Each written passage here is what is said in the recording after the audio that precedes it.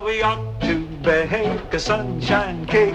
It does more good than a big thick. Hi, it's Jill from ThermoHow, helping make thermomixing easy. Today I'm going to show you how to make coconut yogurt, which is a really healthy, dairy-free alternative for people who love yogurt but can't actually have any dairy versions. Buying coconut yogurt can be quite expensive, but making it your Thermomix is quite easy to do, and with a few simple ingredients and a bit of time and patience, you can make a really delicious coconut yogurt.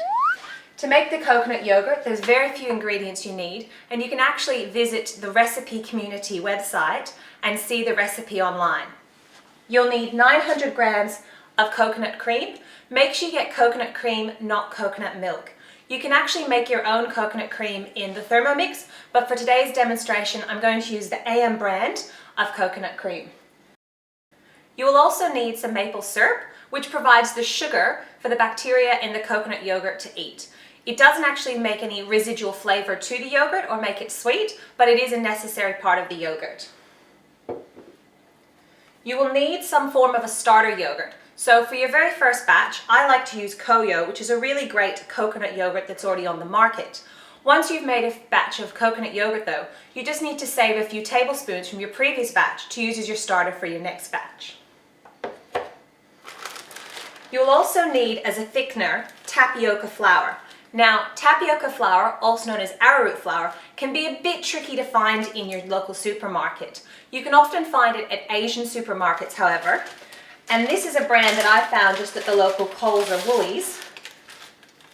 It's a bit of a mess at the moment, but there's that version, or I'll also post a picture of another one that you can find as well. I also find it works best using an Easy-O or some form of a yogurt container. People have reported using the thermoserver as an incubator to keep it warm, but I haven't tested that method. This is the method that I've been using. The first step is to make sure you have a clean and dry Thermomix and switch it on. We're going to begin by adding 900 grams of coconut cream into the Thermomix.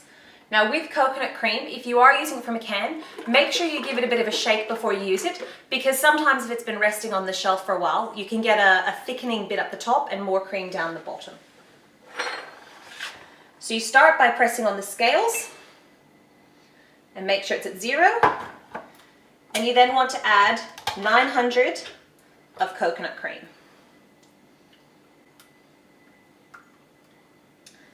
So now that we have 900 grams, we're going to add roughly about 2 tablespoons of the tapioca flour. Now, depending on how thick you like your yogurt is how much tapioca flour you put in. The first time I made this, I got a little over eager and put in about a quarter of a cup, and it was very, very thick. It was almost like a jelly. So I found about 2 tablespoons seems to be the right amount. Instead of using a measuring tablespoon, I just use a normal spoon.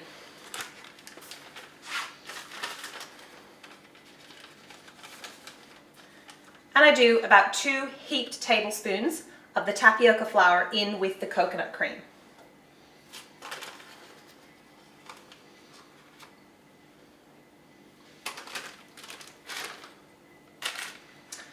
We're now going to put the lid on, and we're going to cook it at 90 degrees for 9 minutes at speed 3.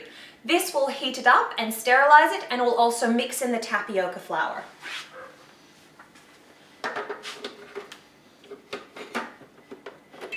Make sure your lid is clicked in properly. 90 degrees. Set the time. 9 minutes and speed 3. Now you can see the Thermomix has been cooking for about 3 minutes already. And as you can see, the lights are beginning to creep up as the heat increases in the bowl. So once it gets to 90, it will stop at 90 degrees and we'll keep spinning to keep the coconut coconut cream stirring so it doesn't get stuck to the bottom. Once it finishes, it will make its doo-doo-doo-doo beepy noise, and then we will come back and check on it again. As you can hear, the Thermomix has now finished. What needs to happen now is the temperature of the bowl needs to go back down to the very bottom where there's no lights on. This is actually really important. If it's too hot, when you add in your starter, the heat may actually kill the bacteria and your yogurt won't form properly and it'll be really runny. If the light on the 37 degrees is still on, what will happen is that could mean it could actually be anywhere between 37 and 50 degrees, which is too hot. So what you're going to need to do is you're going to need to leave this for approximately an hour to an hour and a half to up to 2 hours, depending on the temperature of where you are. Now, the easiest thing to do is you can just simply leave it there, or if you like, you can take the lid off and take it out, and you can just set it aside. When you want to check the temperature again, obviously after an hour or so, the temperature, this will switch off. So when you need to check the temperature again, you just need to switch it off and put the bowl back in. Wait for a minute for it to switch on. And when you put the bowl back in, it'll tell you again what the temperature is. At the moment, it's currently 70 degrees, which is too hot. So I'm going to wait and come back in about an hour and check it again. And remember, we want to wait until no lights come on, which means that the temperature has dropped down enough. It's now been about an hour and 45 minutes since we first took the Thermomix bowl out to let it cool down. I'm going to put it back in again and test to see if it's still warm or if all the lights do not switch on. If any of the lights switch on, it means it's still too warm to continue with the next step. So the machine is awake, and I put the bowl in. Now, none of the lights have come up, which means that it's now ready to proceed to the next step. The next step is going to be to add 1 tablespoon of maple syrup in and blend it together. Now at this stage, you want to make sure that the things you're using are sterilized. So I have my spoon, and I'm going to pour some boiling water over it just to sort of sterilize it and make sure it's clean.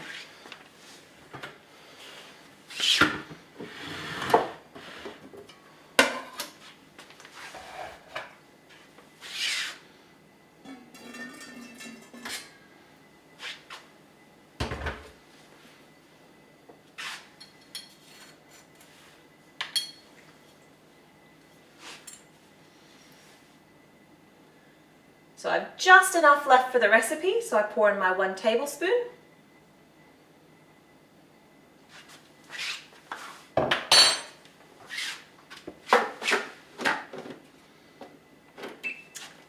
I'm now going to mix it together for 4 seconds on speed 3. 4 seconds, speed 3.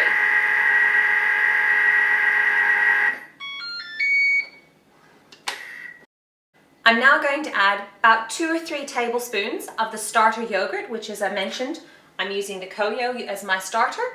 Now, what you can do is you can actually save a couple of tablespoons from each batch and use it to create the next batch. But for the very first one, you'll need to have some form of a starter. So I'm going to start by cleaning my tablespoon. Again, I'm not using specific measuring spoons, just a large spoon works.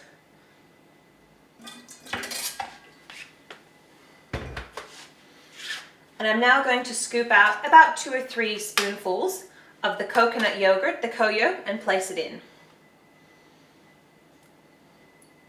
So just kind of scoop, heaped spoon, and drop it in.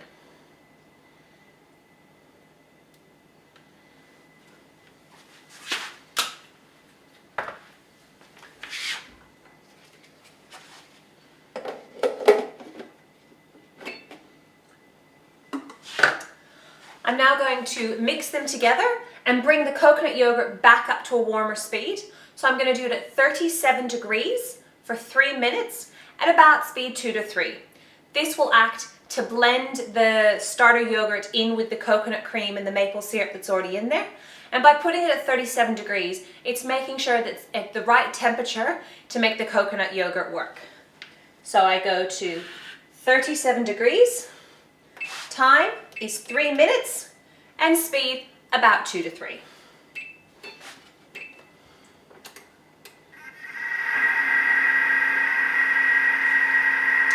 Now, while this is going, you can actually start to warm up your EZO. So I use just an EZO container, which is this one. And what will happen is I will put the mixture from the Thermomix bowl into here, put some water into here, and place that inside.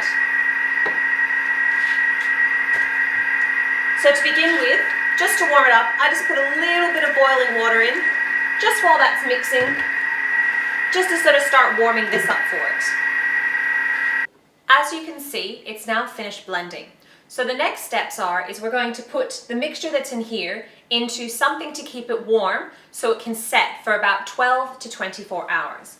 As I mentioned, some people do use their thermo servers, some people wrap it in tea towels to keep it in a warm place. However, the method that I use, that I find successful, is using an Easy Yo yogurt maker. So as I said before, I put some boiling water in to warm it up, which I will empty out. And what I now need to do is to put the mixture that's in there into this container.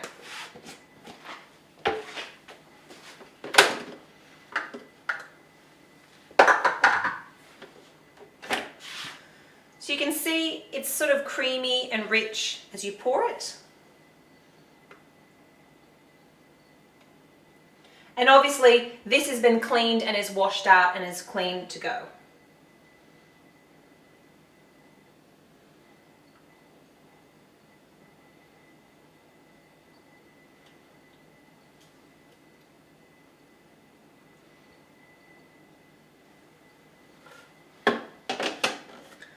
What I now do is I seal it up. Now, each type of yogurt maker you use may have different instructions, so make sure at this point you're following the instructions. In the case of the Easy Yo, I fill it up with boiling water up to a certain line.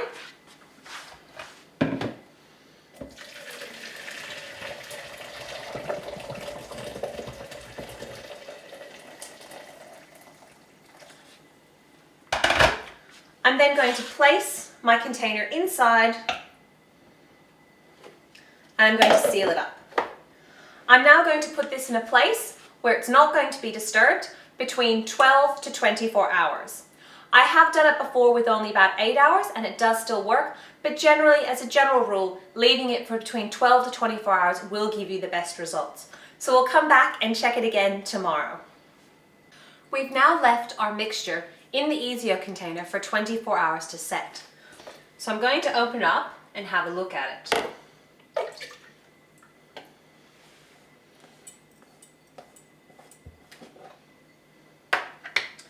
As you can see, it's turned into a much thicker yogurt, but it's still a little bit runny.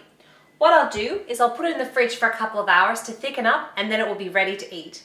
It's delicious on breakfast cereals, with some fresh fruit, or even just eaten on its own. Our coconut yogurt has been chilling in the fridge for a couple of hours now and it's thickened up beautifully. As you can see, it's got a nice thick creamy texture and is going to taste absolutely delicious in whatever I use it for next. The yogurt can be stored for about a week in the fridge, or otherwise you can actually freeze it in small servings and take it with you. I hope you found this video useful. My name is Jill from the ThermoHow video collections. Please like this video and subscribe for more useful information and more videos on how to help make your thermomixing easier. Oh, we'd ought to bake a sunshine cake. It really isn't so hard to make. How? Fresh tears, a pound or two of pleasure.